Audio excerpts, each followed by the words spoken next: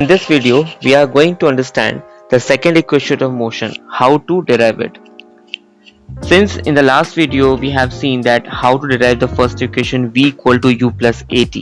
Okay, we have done that v equal to u plus at, and here we are going to derive the second equation s equal to t plus half at square.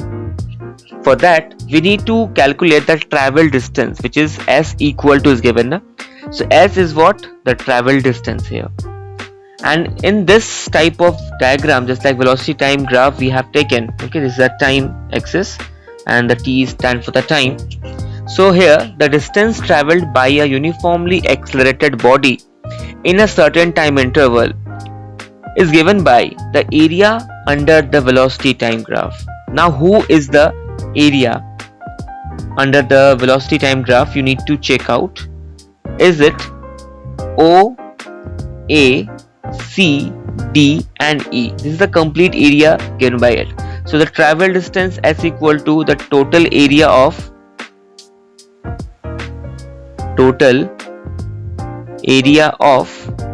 O, A, C, D and E. So very clearly, if you're going to see by zooming it out, so you will get to know that here last time already we have taken one triangle here. So one triangle shape we will get, and second we will get one rectangle. Okay, so here the travel distance s equal to, we will get the area of triangle CAD plus area of rectangle OADE. OAD and E. To complete this area will be represent as the total area covered by the velocity time graph when we add the area of triangle and the rectangle. So we are going by the graph here. So area of triangle is what? Half into base into height, we all know, plus area of rectangle is length into breadth. So we will put the value s equal to half. Who is the breadth? The base of the triangle, you can see is the AD here. This is the AD multiplied by what is the height? Height stands for the CD. Okay, this will be the CD here.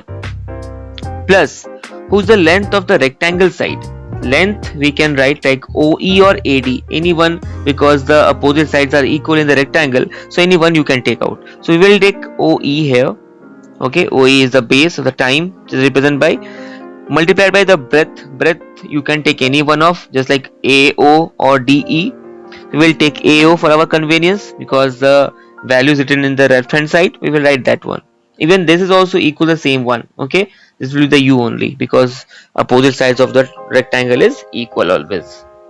Now we will put the value just like half into, who is the AD here? The time. You can just match by the graph. We will get the base of the triangle AD is the time only, multiplied by the CD. CD stands for the that much height. Okay, CD. So CD is equivalent to the BA here.